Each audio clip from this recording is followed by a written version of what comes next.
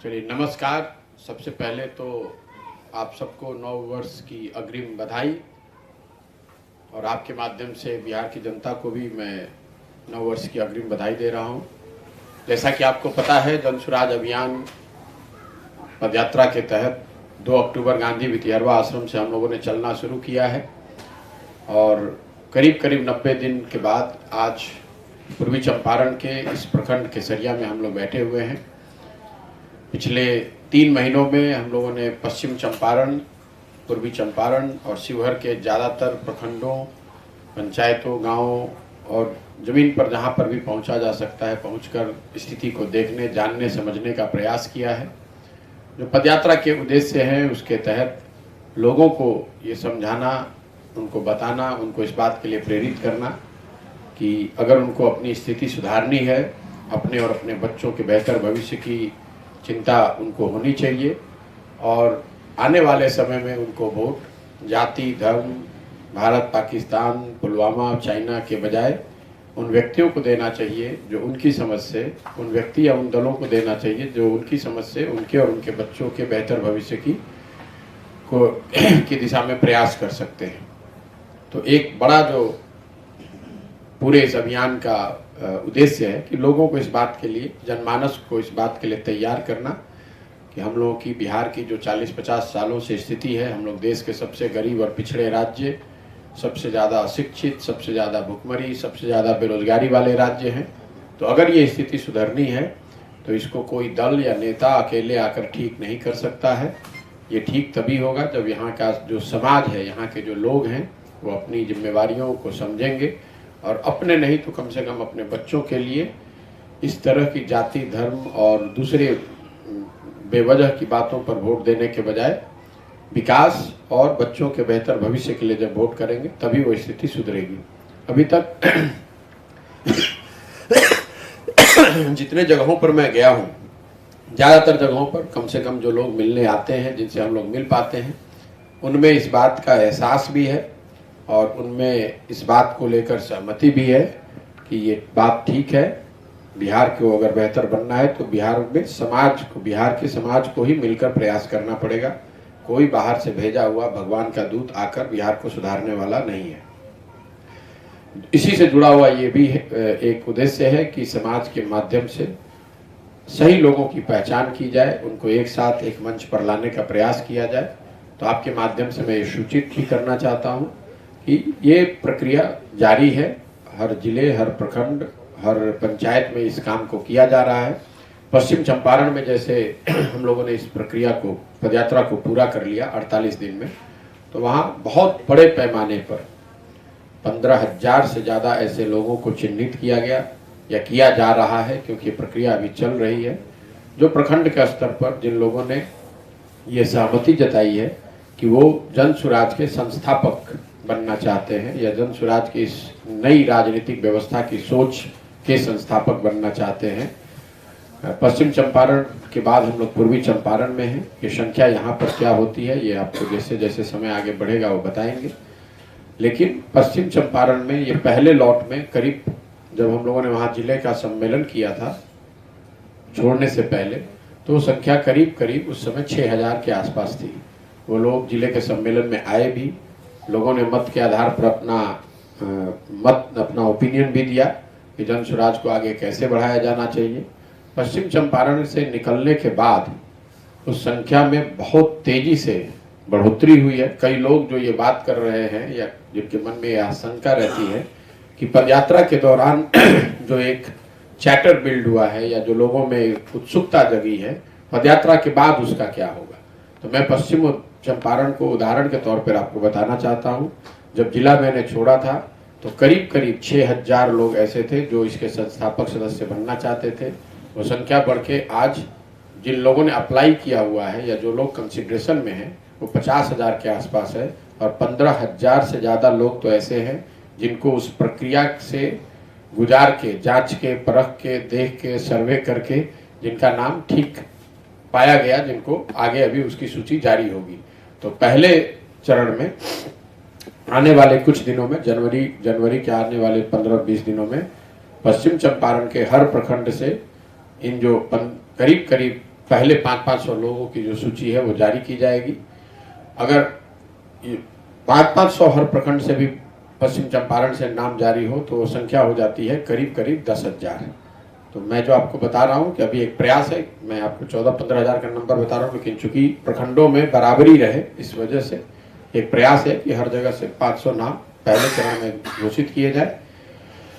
उसके बाद के जो संख्या है, क्योंकि आपको ये समझना, आप ये क्या समझ सकते हैं कि 15,000 जो नाम हम लोग बता रहे हैं उसमें, या 500 हर प्रखंड में, और 45,000 की जो संख्या है वो करीब करीब 2,000 से 2,500 हर प्रखंड में हुई।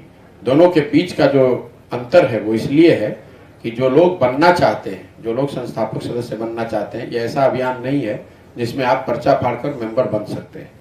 तो उसकी जांच होती है, उसकी प्रक्रिया है, उस प्रक्रिया के तहत करीब करीब 25 से 50 दिन तक लगते हैं हर नाम को क्लियर होने में। तो थोड़ा समय लग रहा है, लेकिन मोटे तौर पर बात यह है कि आज वो संख्या 5 गुना, 6 गुना, 7 गुना ज्यादा है जब मैंने पश्चिम चंपारण छोड़ा था। पूर्वी चंपारण में प्रखंड स्तर पे इस तरह के लोग जो कि इसमें जुड़ना चाहते हैं, इसके संस्थापक बनना चाहते हैं, वो एक बहुत बड़ी संख्या है। 8 जनवरी को जब जिले का यहाँ सम्मेलन होगा तो वहाँ आप देख पाएंगे, ये सारे लोग वहाँ निमंत्रित होंगे, ये साथ में बैठ के चर्चा करेंगे।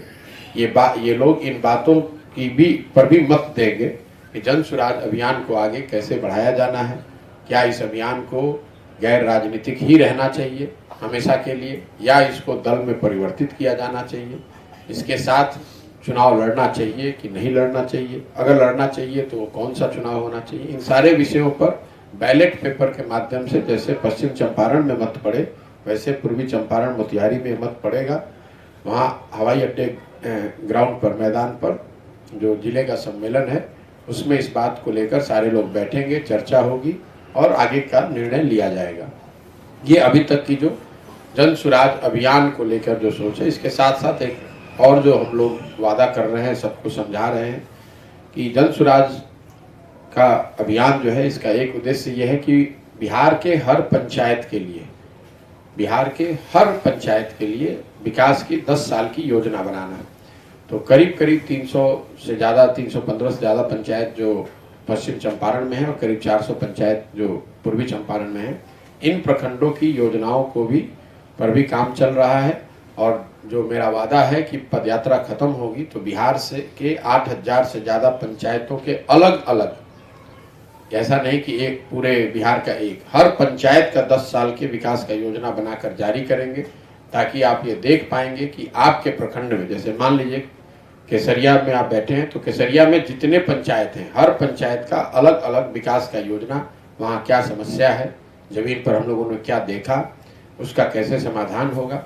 इसके साथ साथ ये भी बताया जाएगा कि उस पंचायत में लोगों के शिक्षा की व्यवस्था को सुदृढ़ कैसे किया जाएगा, कैसे बच्चों को बेहतर गुणवत्तापूर्ण शिक्षा दी जा सकती है।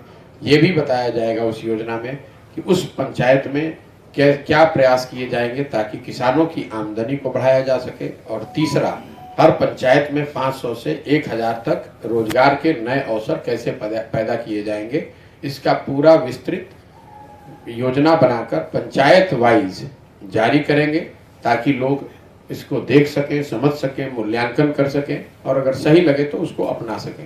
तो मोटे तौर पे ये जो 3 पदयात्रा के बड़े उद्देश्य हैं उस पर मैंने आपको अपडेट दिया। लोगों से मिलना, बताना कि भाई आप जाति, धर्म और नारों और चेहरों से अलग हटके अपने और अपने बच्चों के बेहतर भविष्य के लिए वोट कीजिए। वो वोट सही लोगों को हो सके, इसलिए एक सही लोगों का बहुत बड़ा समूह बनाना, ताकि वो सही विकल्प जनता के पास हो।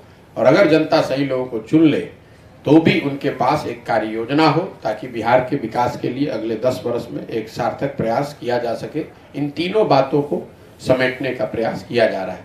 यही वजह है कि आप देख रहे हैं कि एक एक जिले में करीब करीब 40 दिन, 50 दिन, 100 दिन हो गए। लोग पूरे बिहार में हैरत में हैं कि 100 दिन से मैं 2 ही जिले में क्या कर रहा हूँ। 2 जिले में मैंने 100 दिन से ज़्यादा लगाए हैं, क्योंकि इसको करने में बहुत समय लगता है। इसको समझने में, करने में सिर्फ पैदल नहीं चलना है। पैदल चलना एक पहलू है उसका। पैदल इसलिए नहीं चलना है कि मुझे कोई किसी भर्ती में जाना है, पैदल इसलिए नहीं चलना है कि मुझे कोई ओलंपिक में रिकॉर्ड बनाना है, पैदल इसलिए चलना है ताकि ज़मीन की स्थिति से वाकिफ़ हो, समस्याओं को समझें, वहाँ के लोगों को समझें और वहाँ पर क्या कुछ आगे भविष्य में किया जा सकता है उसको साथ में लेकर एक योजना बनाई जाए। तो मोटे तौर पे ये अपडेट है। अभी जो लोगों की स्थिति है, जो हम लोगों ने देखा, जाना, समझा, उसमें मैं समझता हूँ कि बेरोजगारी और पलायन सबसे बड़े मुद्दे के तौर पर मैं रखूँगा। समाज में आज बिहार में बेरोजगारी और जो पलायन है, रोजगार के अवसर के लिए पलायन, ये बहुत बड़ा मुद्दा है। गांव के गांव नवयुवकों से खाली हैं।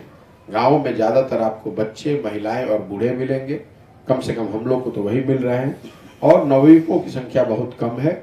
जहाँ भी हम लोग गांव में जाते हैं तो पता चलता है, हम लोग का एक अनुमान है कि डिपेंडिंग ऑन किस गांव की आप बात कर रहे हैं, 60 से 70% नवयुवक बाहर जाकर रोजी रोजगार कर रहे हैं। स्वाभाविक तौर पर जिन पंचायतों में, जिन प्रखंडों में बाढ़ की समस्या है या कटाव की समस्या है, उन राज्यों से, उन पंचायतों, उन प्रखंडों से पलायन ज़्यादा है। जहाँ बाढ़ कम है वहाँ पलायन थोड़ा कम है।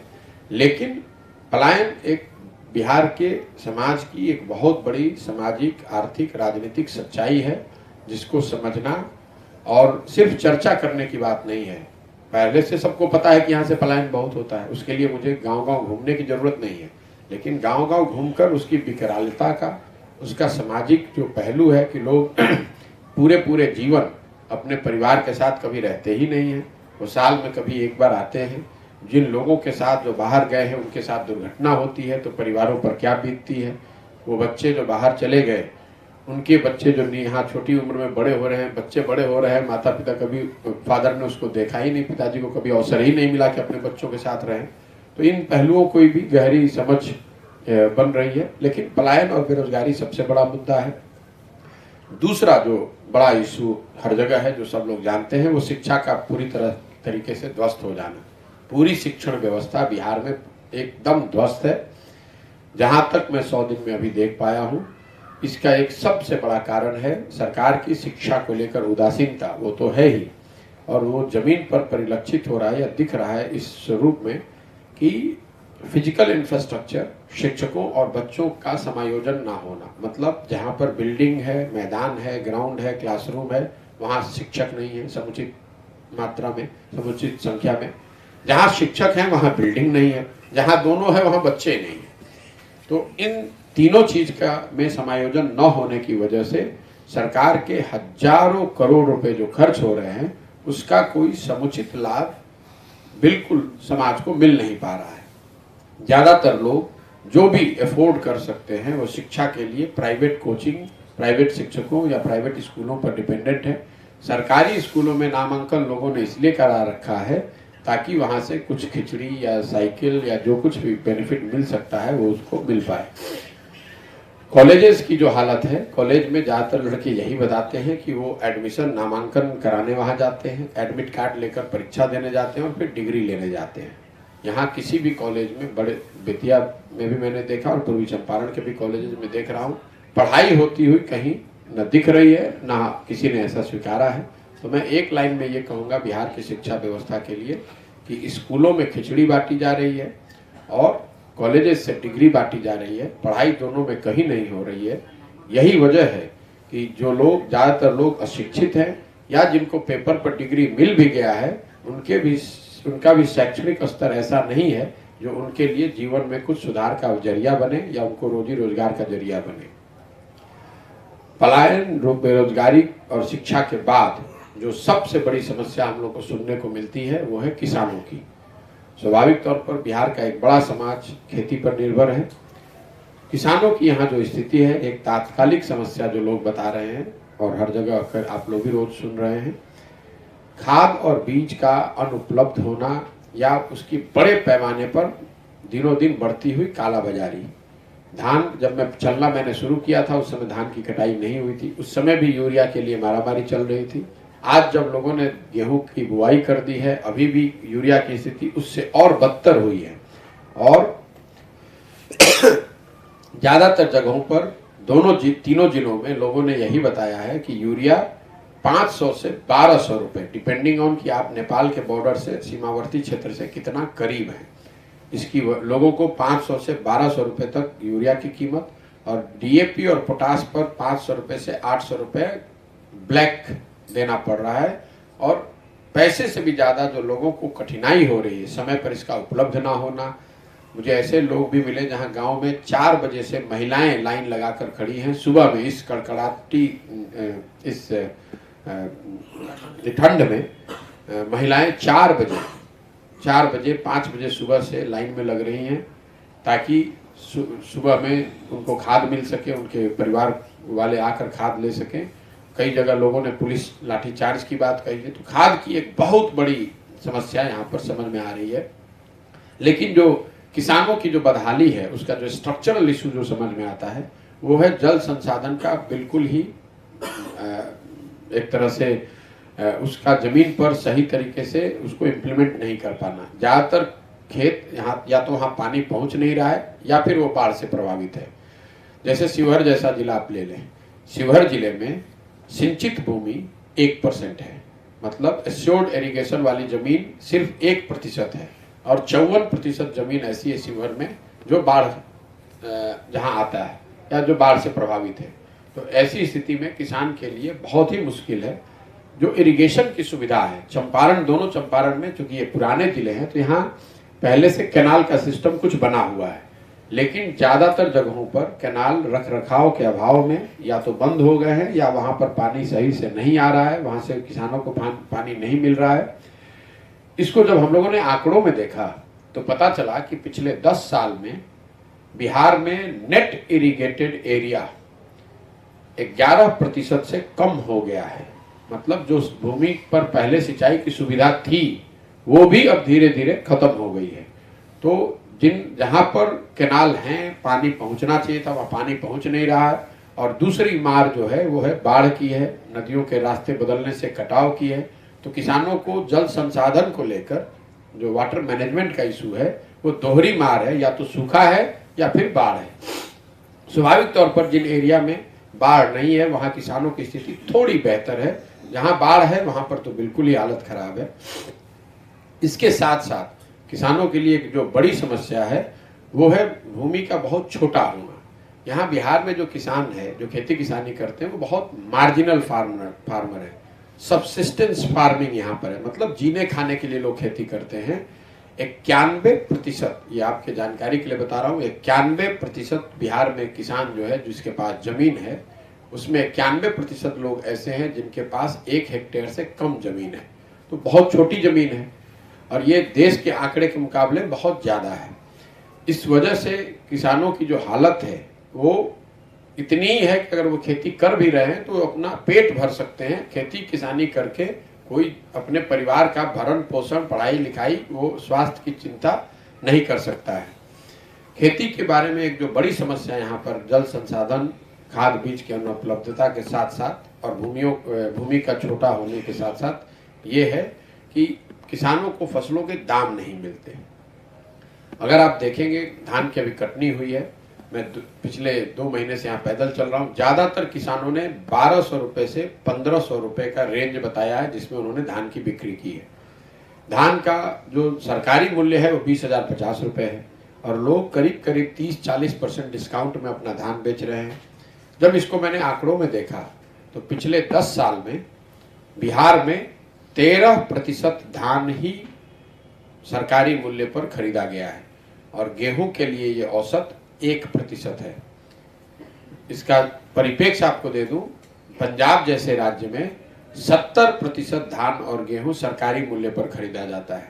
बिहार में ये पिछले 10 साल का आंकड़ा धान के लिए 13%, गेहूं के लिए 1% और अन्य फसलों के लिए 0। तो आप सबसे महंगी, आपकी लागत सबसे बढ़ी हुई है क्योंकि आपके पास खाद बीज महंगा मिल रहा है, पेट्रोल डीजल का दाम बढ़ गया, जमीन आपकी छोटी है और जो फसल आप उगाते हैं उसमें अगर पानी आपने किसी तरह पटवन कर भी दी अपना पैसा लगाकर या बाढ़ से आप बच भी गए, पैदा हो भी गया, तो उसके आपको दाम नहीं मिलते हैं। इसी वजह से यहाँ पर खेती किसानी करने वालों की स्थिति बहुत खराब है या ऐसी नहीं है जो कि दूसरे राज्यों में किसानों की होती है। इसी से जुड़ा हुआ एक प्रश्न है, जो बिहार में हम लोग को इतनी बड़ी संख्या में मजदूर दिखते हैं। जो लैंड रिफॉर्म बिहार में पिछले 40-50 साल 60 साल में कभी नहीं हुआ, भूमि सुधार नहीं का कानून नहीं पास किया गया, भूमि सुधार की दिशा में कोई प्रयास नहीं किए गए, उसका परिणाम ये हुआ है कि समाजवाद के नाम पर राजनीति करने वाले लोगों के शासन, लंबे शासन काल के बाद भी बिहार में, रूरल बिहार में करीब करीब 60% लोग भूमिहीन हैं। राष्ट्रीय औसत है 38%, मतलब 100 में 38 लोगों के पास देश के स्तर पर जमीन नहीं है। बिहार में ये आंकड़ा 60% है, बिहार के स्तर पर 55, ग्रामीण विकास में 60%, मतलब 100 में 60 आदमी के पास तो 1 इंच जमीन है ही नहीं। अब जिसके पास जमीन नहीं है, शिक्षा आपकी ध्वस्त है, जमीन उसके पास है नहीं, तो स्वाभाविक तौर पर उसके पास पूंजी है नहीं कि कोई रोजी रोजगार व्यापार कर लेगा, तो क्या बनेगा? मजदूरी बनेगा। इसीलिए आपको लाखों की संख्या में लोग मजदूरी करते हुए या मजदूरी की चाह में, मजदूरी की खोज में घूमते हुए लोग नजर आते हैं। पश्चिम चंपारण में मुझे जो पता चला कि करीब करीब 1,25,000 परिवार ऐसे हैं जिनको पिछले 30 साल में जमीनों के पट्टे दिए गए। पूर्वी चंपारण का ये आंकड़ा मेरे पास है नहीं, मैं आपको आगे दे दूंगा, क्योंकि अभी मैं ये घूम ही रहा हूँ, जिले में अभी और 15 दिन हूँ। पश्चिम चंपारण में 1,25,000 परिवार ऐसे हैं जिनको पिछले 30 साल में अलग अलग प्रशासन ने जमीन के पट्टे दिए, लेकिन आज तक उनको भूमि दी नहीं गई। ये हालात है यहाँ पर लोगों की। तो आप रोजगार, शिक्षा और कृषि से जुड़ा हुआ जो मामला है मजदूरी का, जो लोग भूमिहीन हैं उनके पास रोजगार का एक सरकारी जरिया ये है मनरेगा।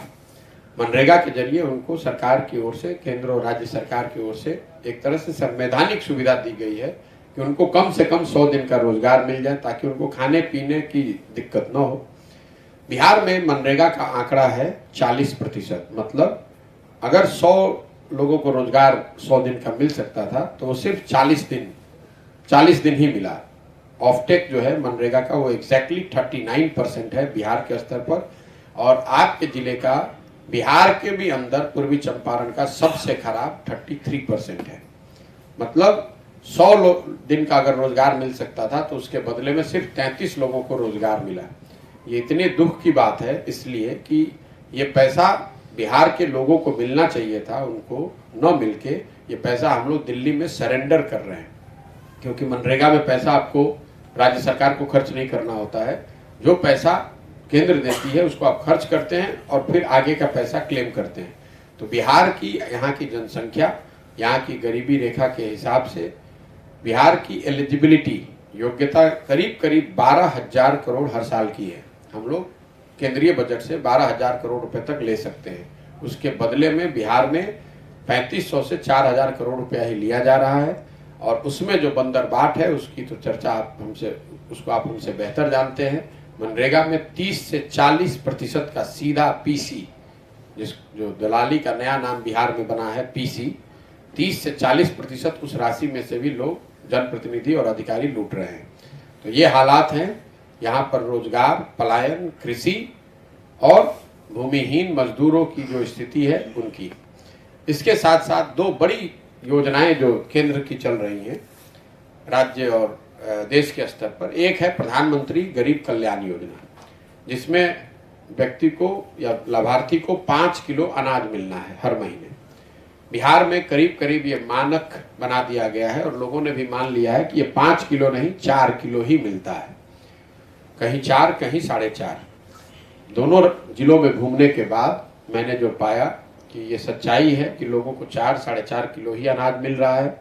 जो लोग इससे जुड़े हुए हैं उनसे लंबी बातचीत से पता चला कि ये 4 किलो अनाज इसलिए मिल रहा है क्योंकि हर महीने व्यवस्थित तरीके से हर प्रखंड में जो अनाज आ रहा है, जो कि डिपेंडिंग ऑन प्रखंड का साइज कितना है, 15,000 क्विंटल से 25,000 क्विंटल तक अनाज आता है प्रधानमंत्री गरीब कल्याण योजना में, और हर क्विंटल पर 40 रुपए प्रति क्विंटल के दर से पीसी काटा जा रहा है। और इसको लेने वाले लोग जनप्रतिनिधि, अफसर, विधायक इंक्लूडेड, इसको मार्क कर लीजिएगा। प्रधानमंत्री गरीब कल्याण योजना में कम से कम चंपारण में ज्यादातर विधायक तो बीजेपी के ही हैं, तो वहाँ पर प्रधानमंत्री एक और गरीब कल्याण योजना में 5 किलो अनाज देने की बात कह रहे हैं और उन्हीं के पार्टी के विधायक बिहार में हर महीने उसमें से सिस्टमेटिक तरीके से, व्यवस्थित तरीके से पीसी काट रहे हैं। और ये पीसी का रेट आप लोग को भी मालूम है, 40 रुपए प्रति क्विंटल के हिसाब से हर महीने काटा जाता है। उसका परिणाम यह है कि लोगों को 5 किलो के बजाय 4 किलो अनाज ही मिल रहा है। दूसरी जो एक बहुत बड़ी योजना सरकार की चल रही है वो है प्रधानमंत्री आवास योजना, जो पहले इंदिरा आवास योजना थी। जब हम लोग गाँव में चलते हैं तो स्वाभाविक तौर पर सबसे ज्यादा गरीब घर की मांग करता है, घर की, नाली की, गली की। प्रधानमंत्री आवास योजना में जो जितने लाभार्थी अभी तक मिले हैं, ज्यादातर लोग अभी भी इंदिरा आवास योजना के ही लाभार्थी हैं, जो इनको पहले 20,000 रुपये मिला था। आज जो 1,40,000 रुपये की व्यवस्था की गई है, इसके लाभार्थी सबसे पहले तो बहुत कम मिल रहे हैं। दूसरा जो मिलता है वो सीधे शब्दों में बताता है कि 25,000 से 40,000 रुपये तक, बिल्कुल नाम लिखे जाने तक रेट। लोगों ने, मेरे पास तो वीडियो भी मैंने सब रिकॉर्ड कराए हैं कि नाम लिखने में 1,000 रुपये, उसको बढ़ाने के लिए 2,000 रुपये, एक पूरी प्रक्रिया बनी हुई है जिसमें 25,000 से 40,000 रुपये तक। जहां पर जनप्रतिनिधि, मुखिया वगैरह थोड़े ईमानदार है वहां पर ये 25,000 है। जहां पर जनप्रतिनिधि भी शामिल है वो 35 से 40,000 है। जो अफसर जो पैसा ले रहे हैं वो तो फिक्स है।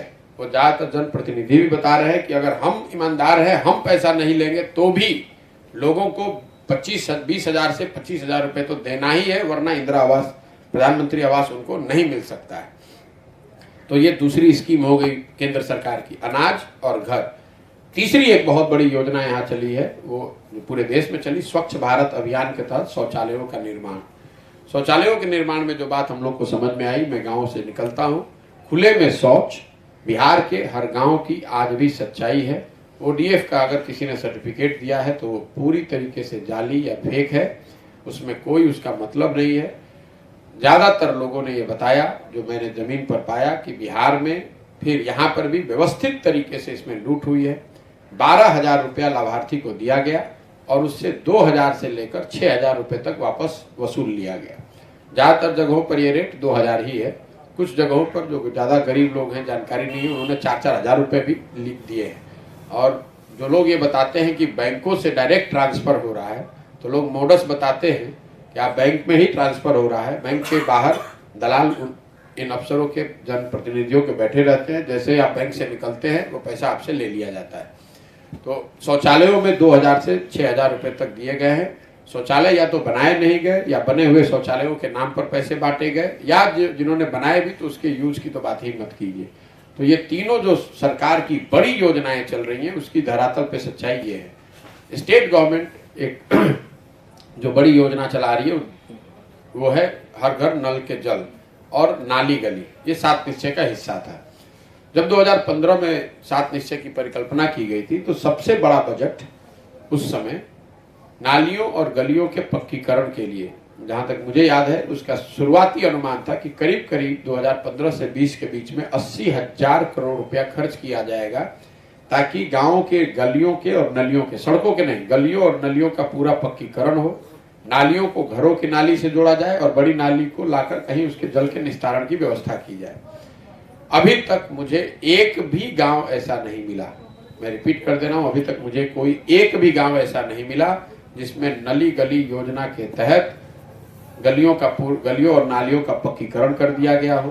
कहीं कहीं पर कुछ टुकड़ों में नालियां दिखी हैं, जो बड़े नाले रोड के किनारे बनाए गए हैं वो बिल्कुल बेतरतीब, बिना सोच के बनाए हुए हैं। ना उनको घरों की नालियों से जोड़ा गया है, ना उन बड़ी नालियों के जल से निस्तारण की कहीं बात करी गई है। उन नालियों में पूरा कचरा भर गया, वह बंद हो गया। गलियों की हालत तो जो है वो आपको ज्यादा पता है। दूसरी योजना जो 7 निश्चय की, जिस पर बहुत बड़े पैमाने पर पैसा खर्च किया गया है, वो हर घर नल के जल की योजना है। नल के जल योजना में ये सामान्य पहला रिस्पांस लोगों का यही होता है कि ये पूरी तरीके से फेल है। लेकिन जमीन पर घूमने के बाद जो मैं देख पाया हूँ, पश्चिम चंपारण में 90% से ज्यादा नल जल योजना नहीं चल रही है। पूर्वी चंपारण में स्थिति मुझे थोड़ी बेहतर दिखी। मैं वो आंकड़ा एकदम आप कोई फिक्स नहीं कर सकते, करीब करीब 70% नल जल योजना नहीं चल रही है। तो चलने के हिसाब से देखें तो 10% नल जल योजना पश्चिम चंपारण में और 25 से 30% नल जल योजना पूर्वी चंपारण में चल रही है। और ये हजारों करोड़ रुपए खर्च करने के बाद बिहार सरकार की दो जो फ्लैगशिप स्कीम है, नालियों गलियों का पक्कीकरण और हर घर में नल के जल से पानी के पहुंचाने की, दोनों योजनाओं की धरातल की स्थिति ये है। दो क्षेत्र ऐसे जिसकी मैं चर्चा करना चाहता हूं, जिसके विषय में एक सामान्य सोच लोगों की है कि सड़क और बिजली, इन दो क्षेत्रों में बिहार में पिछले 10 साल में सुधार हुआ। निश्चित तौर पर जहां तक स्टेट हाईवे का सवाल है, नेशनल हाईवे का सवाल है, ये सड़कें जरूर बिहार में पिछले 10 साल में बेहतर हुई है।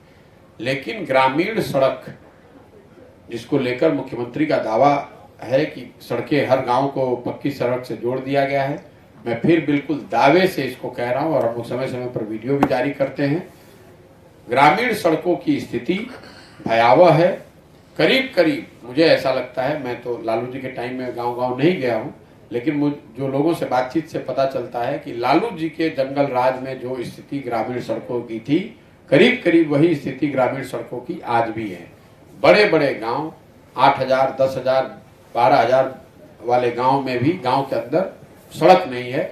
सड़कों की स्थिति, ग्रामीण सड़कों की स्थिति वैसी ही है जैसे पहले थी। बिजली हर जगह जरूर आ गई है। कल मुझे पहली बार एक टोला मिला जहां लोगों ने कहा कि हमारे यहाँ बिजली आज तक आई नहीं है। मैं उसको दिखवा रहा हूं, लेकिन जहां पर भी हम लोग गए हैं बिजली हर जगह जरूर पहुंच गई है। बिजली को लेकर जो लोगों की समस्या है वो बढ़े हुए या गलत बिल का आना, जो लोगों का मानना है कि 2 बल्ब भी जलाने के बाद 6,000 से 8 रुपए, 8,000, 10,000 उनका बिल आ रहा है। ऐसे लोग भी मुझे मिले हैं जिनको 60,000, 70,000, 1-1 लाख रुपए तक उनको बिल आया है। ऐसे गांव में भी हम लोग गुजरते हैं, पता चलता है कि 20, 30, 40, 50 घरों के बिजली के कनेक्शन काट दिए गए हैं क्योंकि बिजली का बिल वो दे नहीं सकते हैं। ऐसे भी कुछ लोग मिले जिन पर फौजदारी का केस हो गया है और लोग अपना घर और छोड़कर भाग गए हैं बिजली के बिल के डर से। तो बिजली का बिल जो है ये एक बड़ी समस्या के तौर पर आने वाले समय में सुनने को मिल सकता है। इन सारी बातों के बाद मैं ये कहूँगा कि जनरली सरकार के प्रति लोगों में एक बड़े स्तर पे उदासीनता, मुझे ऐसा कोई नहीं मिलता है जो ये कहता है कि देखिए सरकार अब क्या करती है। ज़्यादातर लोग यही कहते हैं यहाँ बदलाव चाहिए, इस सरकार से तो अब कुछ नहीं होने वाला है। तो या तो लोगों के मन में सरकार के प्रति उदासीनता है या गुस्सा है। 3 जो सबसे ज़्यादा सुने जाने वाला शब्द है वो है अफसरशाही, भ्रष्टाचार और पीसी।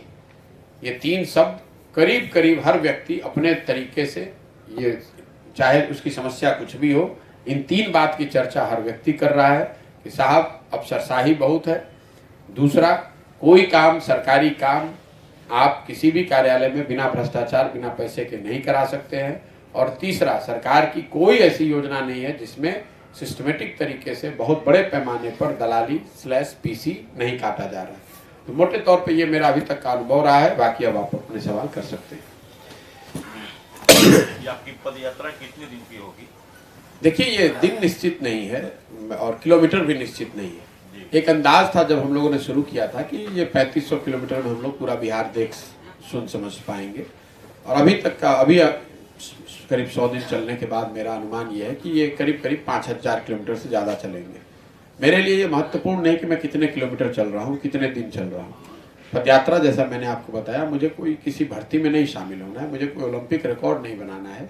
पदयात्रा माध्यम है जमीन पर उतरकर बिहार को, बिहार के लोगों को, यहाँ के समाज को, यहाँ के समस्याओं को समझना और लोगों की मदद से उनके अनुभवों को साथ में लेकर इससे निकलने का रास्ता बनाने का। इसके साथ साथ चूंकि हम लोग लोकतांत्रिक व्यवस्था में रहते हैं, तो ऐसे लोगों को चिन्हित करना जो इस पूरी अभियान में आगे बिहार को सुधारने में अपना कंधा लगाना चाहते हैं या लगा सकते हैं, इन लोगों को साथ में लेकर चलना, एक नई राजनीतिक व्यवस्था बनाना। बिहार हम लोग की नज़र से तब सुधरेगा जब हजारों अच्छे लोग वार्ड सदस्य जीत कर आएंगे, जब 5,000, 6,000 अच्छे लोग मुखिया बने, समिति जीते, जिला पार्षद अच्छे लोग बने, 150-200 अच्छे लोग विधायक बने। सिर्फ मुख्यमंत्री बदलने से, सिर्फ प्रधानमंत्री बदलने से बिहार सुधरने वाला नहीं है। पूरी व्यवस्था में घुन लग गया है। 1,50,000 से ज़्यादा जनप्रतिनिधि जो चुनकर आते हैं, उनमें ज़्यादातर लोग ऐसे नहीं हैं जिनको समाज सही मानता है। तो एक प्रयास ये है कि इतनी बड़ी संख्या में सही लोगों को चुनकर लाया जाए और ताकि जनता के पास ये विकल्प हो कि वो नए सही लोगों को मौका दे सके। सर आपके पदयात्रा पर सर जैसा ही हम लोग तो देख पहले बोल रहा चाह रहे हैं, बोलिए। हाँ, बोल रहे थे कि माने मापदंड क्या होगा, जिसे आपने बोला कि जो अच्छे से अच्छे लोग हैं, तो देखिए, ये सवाल बहुत लोग पूछते हैं कि मापदंड क्या है। मापदंड प्रशांत किशोर नहीं है, पेपर पर लिखा कोई मापदंड नहीं है। मापदंड है समाज जिसको सही मानता है। आप जिस गांव से आते हैं या जिस वार्ड में रहते होंगे, शहर में अगर रहते हैं, तो आप 4 लोग बैठेंगे तो आपको पता है कि आपके गांव में, आपके मोहल्ले में कौन आदमी सही आदमी है, कौन सही व्यक्ति है। ये समाज को पता है। मैं रोज उदाहरण देके लोगों को समझाता हूँ कि जैसे जमे हुए दही से आप मक्खन कैसे निकालते हैं, उसको मथ कर निकालते हैं। समाज भी जमे हुए दही के जैसा है, इसमें सही लोगों की कमी नहीं है। जरूरत इस बात की है कि समाज में नीचे उतर के समय बिताकर समाज की मदद से समाज को मथ कर सही लोगों को निकाला जाए। एक नंबर आपको मैं बता रहा हूं, अगर 100 में 1 आदमी भी बिहार में अच्छा है तो 15 लाख लोग हो जाएंगे। बिहार को सुधारने के लिए तो कुछ हजार अच्छे लोग चाहिए, लेकिन जरूरत इस बात की है कि इसके लिए कोई व्यवस्थित ईमानदार प्रयास करे ताकि ऐसे सही लोगों को ढूंढा जाए, चिन्हित किया जाए और सबसे बड़ी बात, उनको प्रेरित किया जाए कि वो इस व्यवस्था में अपना कंधा लगाए। बहुत सही लोग हैं लेकिन वो नहीं आना चाहते हैं राजनीति में, या वो ये समझते हैं कि भाई मैं कैसे आऊँगा तो इस पूरी व्यवस्था से मैं लड़ूंगा कैसे, मेरे पास संगठन नहीं है, संसाधन नहीं है, रणनीति नहीं है।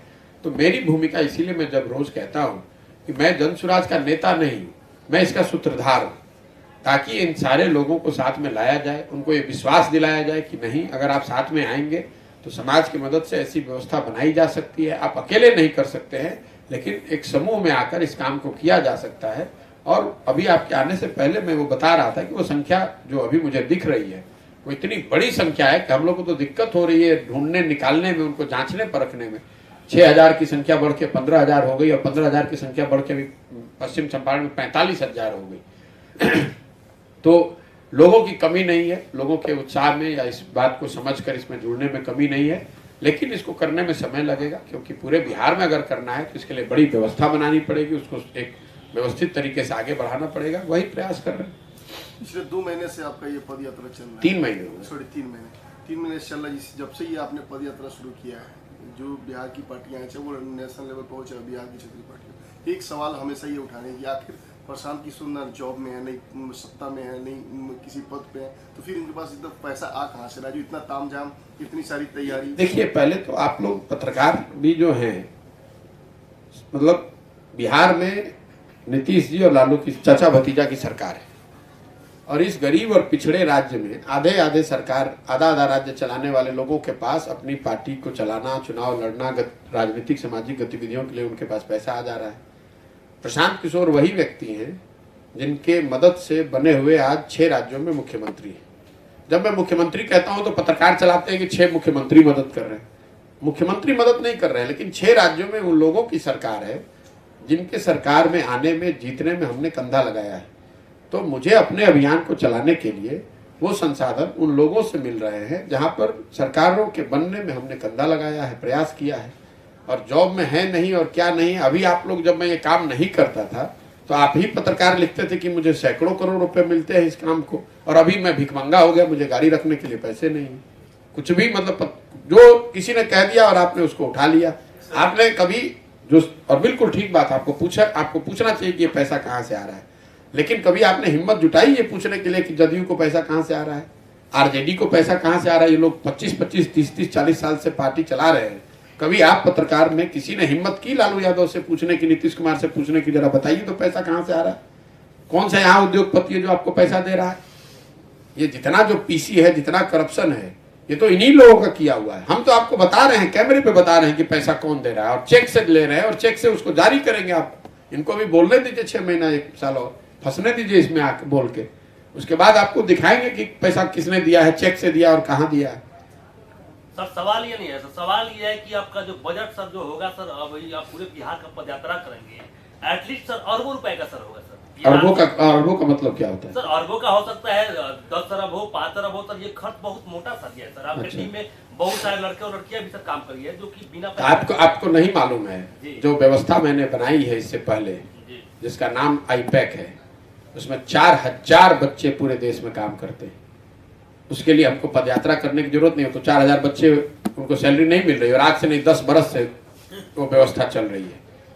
और देश के सबसे नामचीन संस्थाओं से पढ़े हुए लड़के, सबसे काबिल लड़के उसमें काम करते हैं। और ये व्यवस्था बिहार के पदयात्रा के लिए नहीं है, वो व्यवस्था पहले से है, 2015 से लगातार चल रही है और हर राज्य में आपने देखा है वो किया हुआ है। इतनी बड़ी संस्था मैंने खड़ा की है, तो आप अरबों और करोड़ों की चिंता मत कीजिए। केसरिया में सर आप उसकी चिंता मत कीजिए आप। उसकी सवाल तो कर सकते हैं। अरे आप कर रहे हैं, मैं जवाब दे रहा हूँ। अगली बार आपसे अपेक्षा ये मेरी जरूर होगी कि आप जब किसी राजद के नेता से मिलेंगे तो उनसे जरा पूछिएगा जरूर इस बात। जवाब तो वो आपको कभी नहीं देंगे। तेजस्वी यादव को मैं देखना चाहता हूँ वो बाइट, जब आप पूछे तेजस्वी यादव से कि आप बर्थडे अपना मनाते हैं प्राइवेट चार्टर्ड प्लेन में, वो पैसा कहाँ से आता है? जो लोग सजा याफ्ता हैं, उन जो पार्टियां यहाँ सजा, जिनके लीडर सजा याफ्ता हैं करप्शन के केस में, वो सवाल हमसे कर रहे हैं। आपको इतनी समझ तो होनी चाहिए कि आज की व्यवस्था में जो काम मैं कर रहा हूं, अगर एक गलती करूंगा तो कल सरकार पकड़ के ले जाएगी। सत्ता में राज्य में वो बैठे हुए हैं, केंद्र में भाजपा बैठी हुई है, तो आके पकड़ के दिखा दे अगर कुछ गलत हमने किया है तो। सर केसरिया में आप कल तक हैं और केसरिया में विश्व का सबसे ऊंचा बौद्ध स्तूप है, तो क्या आप वहां पर जाकर के देखना चाहेंगे कि किस तरीके का विकास वहां पे हुआ है? देखिए, बिहार के मेरे लिए कोई एक जगह बौद्ध स्तूप है, मुझे तो बिहार के हर प्रखंड में कुछ ना कुछ ऐसा दिख रहा है जो विश्व स्तरीय है या हो सकता है। क्योंकि मैं आपको बता रहा हूँ अपना अनुभव, मैं जब घूम रहा हूँ, मैंने आपको बताया पंचायतों की योजना बना रहा हूँ, तो पुरातात्विक अवशेष, चूंकि बिहार इसका एक बड़ा गौरवशाली इतिहास रहा है, तो हर प्रखंड हर पंचायत में आपको कुछ ना कुछ इस तरह की कहानियां, किस्से, अवशेष मिल रहे हैं। तो विकास की योजना में एक, क्योंकि जो पुराना जिसका इतिहास रहा है जिस राज्य का, हम लोग नए राज्य नहीं है, सैकड़ों साल तक इस देश की राजनीति का केंद्र रहा है बिहार। तो यहाँ आपको ऐसे भी मुझे अवशेष मिले जिसको लोगों ने बताया चाणक्य का किला होता था, मुझे यहाँ प्राचीन मंदिर मिले हैं, यहाँ पर हिमालय की गोद के में जो जगह हैं वो दिखी हैं कि जो बहुत ही सुंदर है। जिस स्तूप की आप चर्चा कर रहे हैं स्वाभाविक तौर पे केसरिया का वो जाना माना जगह है, मैं आया हूँ, अगर समय मिलेगा मुझे मौका होगा तो वहां जाऊंगा ही। लेकिन मैं आपको ये बता रहा हूँ बिहार के होने के नाते कि मैं खुद सरप्राइज्ड हूँ कि हर प्रखंड में ऐसी कोई ना कोई विशेषता, ऐसा कोई ना कोई मंदिर, ऐसा कोई ना कोई जगह, ऐसी कोई ना कोई पुरातात्विक अवशेष या तो है या लोगों की जानकारी में है, जिसको विकसित करके वहाँ के विकास, वहाँ के तरक्की में उसका योगदान हो सकता था, जो अभी तक नहीं किया गया है। क्योंकि वहाँ पे बिहार सरकार और केंद्र सरकार की दो योजनाएं चल रही हैं, एक केंद्र सरकार का उत्खनन का कार्य, संधारण का कार्य, और दूसरा बिहार सरकार के पर्यटन विभाग से एक कैफेटेरिया हाउस बना हुआ है। देखिए बिहार सर एक मिनट, जो जिसको बने हुए लगभग 5 साल हो गए और अभी तक वो उद्घाटन की बात हो रहा है। बिहार में विश्व के सबसे ऊंचे मैं आपको एक सेकंड मेरे सवाल पूरा, विश्व के सबसे ऊंचे बौद्ध स्तूप आज तक विदेशी पर्यटकों के लिए एक शौचालय की व्यवस्था भी सुदृढ़ नहीं हो पाया। मेरे भाई, बिहार में हम लोग, बुरा नहीं मानिएगा, हम लोग 1960 में जी रहे हैं, और जब मैं ये कह रहा हूँ तो ये पूरे समाज के लिए कह रहा हूँ, उसमें पत्रकार बंधु भी शामिल हैं, हम जैसे लोग भी शामिल हैं, राजनेता भी शामिल हैं, प्रशासक भी शामिल हैं। यहाँ स्तर हर चीज का इतना नीचे कर दिया गया है कि आपने ठीक कहा कि एक कैफेटेरिया खोलना ही पर्यटन का विकास मान लिया गया है। अगर कैफेटेरिया खुल जाएगा तो बहुत बड़ा पर्यटक स्थल हो जाएगा, एक शौचालय हो जाए वही अपने आप में उपलब्धि हो जाएगी। आज भी यहाँ शासन नीतीश बाबू इसी बात पे कर रहे हैं कि पटना पहले 6 बजे बंद होता था, आज 10 बजे बंद होता है। जब बिहार का युवा ये पूछ रहा है कि ये बताइए कि कभी हम लोग के जीवन काल में पटना बेंगलोर जैसा भी दिखेगा क्या? कितने दिन तक आप यही कहते रहेंगे कि पहले बहुत खराब था, अब थोड़ा कम खराब है? इस नैरेटिव से हम लोग को निकलने की जरूरत है। जब आप यहाँ उद्योग धंधे की बात हम लोग करते हैं, लोग क्या बात कर रहे हैं? कोई ये नहीं कह रहा है कि यहाँ सॉफ्टवेयर का पार्क नहीं बना है, कोई ये नहीं कह रहा है कि यहाँ सेमीकंडक्टर की फैक्ट्री क्यों नहीं लग रही है। सब लोग ये कह रहा है कि भैया एक चीनी मिल बंद था, वो चालू हो जाता है। ये सोच का पूरा स्तर ही इन लोगों ने इतना नीचे कर दिया है कि बिहार का पूरा समाज सबसिस्टेंस पर ही जी रहा है, मतलब जिसको कहते हैं जीने खाने की व्यवस्था हो जाए, बस इससे आगे आप सोच ही नहीं सकते। डिग्री मिल जाए वही बहुत बड़ी बात है, पढ़ने की गुणवत्ता की तो बात ही मत कीजिए। स्कूल की बिल्डिंग है यही बहुत बड़ी बात, अस्पताल का बिल्डिंग हो गया लोग इसी से खुश है, वहां डॉक्टर है कि नहीं, डॉक्टर किस तरह की चिकित्सा कर रहे हैं, इसकी कोई बात नहीं है। सड़क कभी एक बार 10 साल में बन गया, ये बहुत बड़ी बात है। बिजली का एक तार दिख गया, यही बहुत बड़ी बात है। मैं ये नहीं कह रहा हूं कि इन बातों की उपयोगिता नहीं है, लेकिन ये 1960 में 70 में जिन राज्यों में ये काम हुए, बिहार में वो काम आज हो रहा है। और यही वजह है कि बिहार में आज भी हम लोग देश के सबसे गरीब और पिछड़े, मानसिकता ही वैसी बना दी। यही स्टैंडर्ड है, यही बेंचमार्क है। नीतीश कुमार पढ़े लिखे व्यक्ति है। एक मैं आपको उदाहरण दे रहा हूं, उत्तर बिहार में ऐसा लोगों ने बना लिया, क्योंकि बिहार में नेताओं की जमीनी नेता का मतलब यह है कि वो आदमी शर्ट के ऊपर गंजी पहनेगा, उसको बोलने नहीं आना चाहिए, उसको बैठने नहीं आना चाहिए, उसको भाषा का ज्ञान नहीं होना चाहिए, उसको विषयों का ज्ञान नहीं होना चाहिए। तो नीतीश कुमार को अगर ये थोड़ा बहुत भी ज्ञान हो गया तो पूरे बिहार को ऐसा लग रहा है कि भाई अब इनसे बड़ा कोई पढ़ा लिखा आदमी ही नहीं है। नीतीश कुमार जी बहुत पढ़े लिखे व्यक्ति हैं, समझदार हैं, अनुभवी हैं, कोई बात नहीं है। लेकिन नीतीश कुमार एकमात्र और सबसे ज्यादा पढ़े लिखे व्यक्ति नहीं बिहार के। बिहार में उनसे ज्यादा पढ़े लिखे लोग, ज्यादा दुनिया देखे हुए लोग, ज्यादा समझदारी वाले सैकड़ों लोग हो सकते हैं। तो समाज को देखना पड़ेगा कि नीतीश कुमार विकास का बेंचमार्क नहीं है, देश में नहीं है, विदेशों की तो बात, दुनिया की तो बात ही छोड़ दीजिए भाई। 17 साल आपके विकास के बाद आज देश का सबसे गरीब और पिछड़ा राज्य आप हैं। शिक्षा के क्षेत्र में आप सबसे निचले स्थान पर हैं, चिकित्सा में सबसे नीचे हैं, रोजगार में सबसे नीचे हैं, इंडस्ट्रियलाइजेशन में सबसे नीचे हैं, पर्यटन में सबसे नीचे हैं। किस बात के लिए उनको विकास का स्टैंडर्ड मान लिया जाए? सर, उत्तर बिहार में जब से चंपारण में आप जब से पद यात्रा कर रहे हैं, यहाँ पे 2 मेजर घटना हुई है। एक छपरा में शराब पीने से लोगों की मौत, और दूसरा एक चिमनी का ब्लास्ट हुआ जिसमें 10 लोग मारे गए। इसको आप किस दृष्टिकोण से देखते हैं कि क्या इसमें?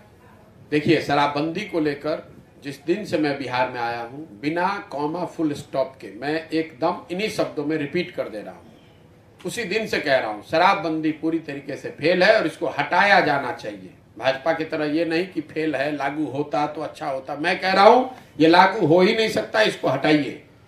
शराबबंदी होने से बिहार का बहुत बड़ा नुकसान है। ये क्योंकि इस जमीन पर लागू है नहीं, शराब के दुकान खाली बंद कर दिए गए, होम डिलीवरी घर घर हो रही है। वही 100 रुपए की शराब 1000 रुपए, चाहे 200, 300, 400 में मिल रही है। शराब पीने की जो गलती की जो बात होती है वो तो समाज में व्याप्ति है। बिहार सरकार का उससे 20,000 करोड़ रुपए का सालाना राजस्व का नुकसान हो रहा है, और ये पैसा जा रहा है शराब माफिया और पुलिस वालों के पास। आप पिछले 4-5 सालों में बिहार में जितने जमीन खरीदे गए, जितने भी रियल एस्टेट के ट्रांजैक्शन हुए हैं, जाकर जरा देखिए कि वो लोग कौन लोग हैं जो खरीद रहे हैं। वो खरीदने वाले वो लोग हैं जो शराब के धंधे से किसी न किसी तरीके से जुड़े हुए हैं। ये शराब माफिया आपने पैदा कर दिया। गरीब आदमी अगर शराब के साथ पकड़ा जाए तो उसकी हालत खराब है, वो आदमी उस पर FIR होता है, वो जेल जाता है। और जो आदमी रसूख वाला है, पैसे वाला है, वो शराब का धंधा खुलेआम कर रहा है, उसको कोई पूछने वाला नहीं है। और मुझे गांव चलते हुए इतने लोग मिलते हैं जो ताड़ी, अभी 2 दिन पहले मुझे महिलाओं ने घेरा, जो ताड़ी के व्यवसाय से जुड़े हुए लोग हैं, पासी समाज के लोग, और वो बता रही है कि किस तरह पुलिस उनको परेशान कर रही है। मुझे मुसहर समाज के लोग मिलते हैं, वो बताते हैं कि पुलिस आती है उनके घर पर, महिलाओं को उठा कर ले जाती है, थाने में बैठा कर रखती है। जब तक अपने घर के पुरुष को सरेंडर नहीं कराओगे तब तक थाने में झाड़ू लगाओ, बर्तन धो, बिना किसी कागज के। ये कौन सी व्यवस्था आप बना रहे हैं? ये कौन सा किस महिला का इससे एम्पावरमेंट हो रहा है? और जहां एक मैंने खुली चुनौती भी दे रखी है, गांधी जी की जो बात करते हैं, ये गांधी जी को किसने पढ़ा है बिहार में से? जो पढ़ा है वो मेरे सामने जरा आए। और मैंने नीतीश कुमार को खुली चुनौती दी हुई है कि अगर गांधी जी ने कहीं एक लाइन कहा है कि शराबबंदी लागू होनी चाहिए, तो आप जो कहिए मैं मानने को तैयार हूं। गांधी जी ने शराब के होने वाले नुकसान के बारे में बताया, समाज को इसके प्रति जागृत करने की बात कही। गांधी जी ने सरकार लेड शराबबंदी की बात, कि सरकार को कानून बनाकर शराब पर रोक लगाना चाहिए, इसकी बात कहीं नहीं कही है। ये गलत बात है। गांधी जी के नाम पर ये जबरदस्ती, जैसे जेपी के नाम पर, समाजवाद के नाम पर ये लोग सरकार चला रहे हैं और गरीबी का बंटवारा कर रहे हैं, उसी तरह गांधी जी के नाम पर शराबबंदी लागू कर दी। गांधी जी ने कहा जब आप गांधी जी के परिवार के जितने लोग हैं उनसे पूछ लीजिए, गांधी जी की जितनी लेखन या जितने उनके साहित्य गांधी जी के विचारों से, उनके वक्तव्यों से जुड़ी हुई प्रकाशित हैं, उनको देख लीजिए। आप एक लाइन दिखाइए ना जहां गांधी जी ने कहा हो कि सरकारों को शराबबंदी लागू करना चाहिए, दिखाइए। इसके साथ जो विकास के नजरिए से बात करता है, समाज के नजरिए से बात करता है, तो आप मुझे दुनिया का कोई प्रमाण दिखा दीजिए। भारत की बात छोड़ दीजिए, दुनिया का कोई ऐसा प्रमाण दिखा दीजिए कि किसी राज्य में, किसी राष्ट्र में शराबबंदी के जरिए सामाजिक आर्थिक उत्थान की दिशा में कोई बहुत प्रमाणिक या बेहतर प्रयास किया गया हो, वो दिखा दीजिए, जनता के सामने रखिए। तीसरी बात, नीतीश कुमार की सरकार में कुछ छुटभैये लोग बताते हैं कोई सर्वे कराया गया है। अरे पब्लिश करो सर्वे को, हम लोग भी तो देखें कि कौन सा आंकड़ा, हम लोग भी तो थोड़ा बहुत आंकड़ा समझते हैं। दिखाओ किसको, किसका सर्वे किया, क्या सैंपल साइज है, किस आधार पर सर्वे किया गया जिसमें बताया जा रहा है कि बिहार में इसका बड़ा फायदा है या महिलाओं के बीच में इसका फायदा। महिलाओं को तो सबसे ज्यादा इससे नुकसान है। 1 लाख से ज्यादा लोग जिन पर FIR है, वो जब लोग जेल में चले जाते हैं तो उन्हीं घर की महिलाएं दौड़ रही हैं थानों में, उन्हीं घर की महिलाएं चक्कर लगा रही है न्यायालयों अदालतों की। और 70 लोगों की दुखद मृत्यु के बाद नीतीश कुमार जी ने जो वक्तव्य दिए, जिन भाषा, जिस लहजे में उन्होंने ये बात कही कि जो पिएगा वो मरेगा, वो सिर्फ उनका अहंकार और उनकी एक तरह से मैं ये कहूँगा कि उम्र के इस पड़ाव पर कहीं ना कहीं असहजता को दिखाता है, घबराहट को दिखाता है कि जो पिएगा वो मरेगा। राज्य के मुखिया के तौर पर अगर कोई अपनी गलती से भी उसके साथ दुर्घटना हो जाती है, 70 से ज्यादा गरीब परिवार उजड़ गए, लोगों की जिंदगी चली गई, आप सांत्वना नहीं दे रहे हैं, अफसोस नहीं जाहिर कर रहे हैं, हंस कर खड़े होकर कह रहे हैं कि जो पिएगा वो मरेगा और मैं इसका और प्रचार करूंगा, तो लिख कर रखिए। मैं अपने मेरा जो काम पहले था राजनीतिक विश्लेषण वगैरह का, उसके आधार पर कह रहा हूं, जदयू डूबती हुई नाव है। जदयू के सिंबल पर जो हालात यहाँ 2002-03 में राजद के खिलाफ था, वही हालात करीब करीब आज जदयू की है। मैं जब पैदल चल रहा हूँ, सबसे बड़ी संख्या में आकर जो लोग मिलते हैं वो जदयू के, भैया जान बचाइए, क्योंकि समाज में तीर छाप पर बटन दबाने वाले लोग बहुत कम रह जाएंगे। आप देखिएगा जब अगला चुनाव होगा, ये इतना ज्यादा गुस्सा है। और अभी नीतीश जी आ रहे हैं, मुझे किसी ने बताया कि कोई यात्रा शुरू कर रहे हैं, तो एक तो खुशी ये है कि चलिए कम से कम जमीन पर लोग उतर तो रहे हैं, लेकिन नीतीश जी तो अपने तरीके से यात्रा करते ही रहते हैं, पहले भी किया है उन्होंने। आपको पहले से एक भविष्यवाणी कर देता, नीतीश जी यात्रा करेंगे तो वो उस यात्रा में सारे सरकारी अमला के बावजूद, सारी सुरक्षा व्यवस्था के बाद भी आपको प्रदर्शन, अप्रिय घटनाएं आपको देखने सुनने को मिलेंगी। इस बात को एडवांस में लिख लीजिए। मैं चल रहा हूं समाज में तो वो देख रहा हूं कि कितना गुस्सा लोगों में है।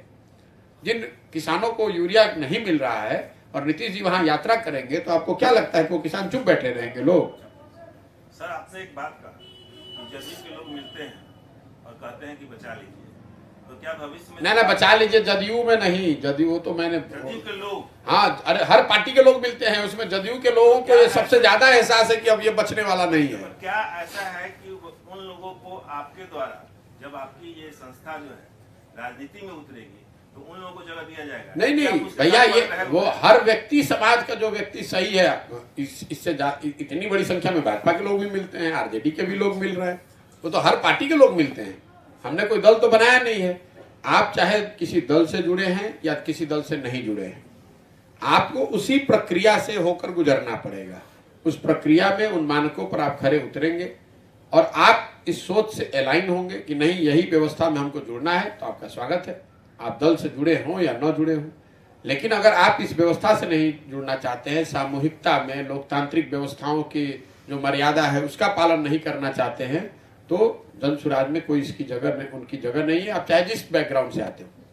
सर कोई भी सर अभियान या कार्यक्रम किसी उद्देश्य के साथ किया जाता है। अन्ना हजारे माननीय 3 उद्देश्य आपको शुरुआत कर दी, अब आप उसी उद्देश्य को फिर पूछिएगा। एक मिनट अन्ना हजारे साहब के साथ भी अरविंद केजरीवाल जो है इस उद्देश्य के साथ ही आए हुए थे। क्या आपकी पदयात्रा को उनके तरफ भी देखा जा सकता है? बिल्कुल नहीं देखा जा सकता है। कहाँ पदयात्रा किए थे अन्ना हजारे? पदयात्रा की सर बात नहीं, कहाँ अरविंद केजरीवाल ने पदयात्रा?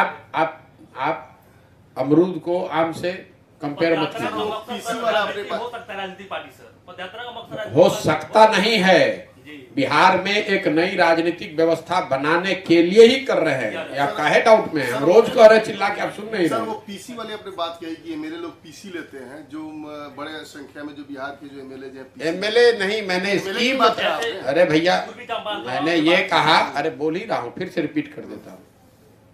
जो प्रधानमंत्री गरीब कल्याण योजना में पीसी लिया जा रहा है, उसका दर है 40 रुपए प्रति क्विंटल।